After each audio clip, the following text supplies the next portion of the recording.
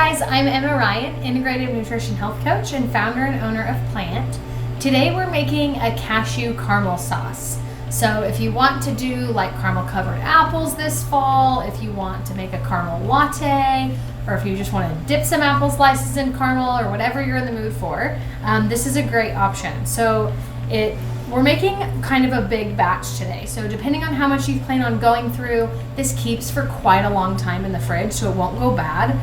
But you could cut this recipe in half. The only tip I need to tell you is that if you don't have enough in your blender at one time, it won't blend.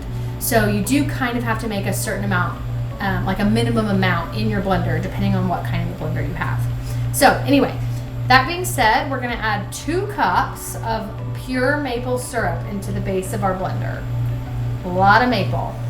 If you want, you could switch this out for date syrup. However, the maple is what really gives it a nice caramely taste. And then we're using 1 jar of plain cashew butter.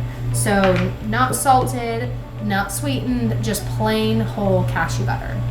Just gonna dump that in.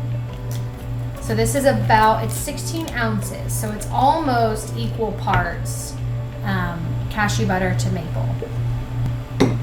Okay, now I'm adding 1 teaspoon of vanilla extract and a 1/4 teaspoon salt. Caramel is pretty salty, so you want to add the salt to get that flavor. And now we're ready to blend.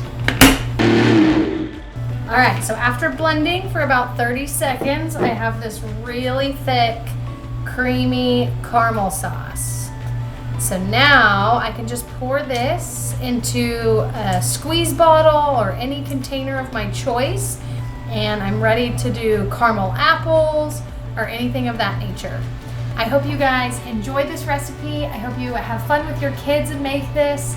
I hope it provides a nice sweet treat with a healthier approach. Be sure to comment below, let us know what questions you have, subscribe, and I'll see you next time.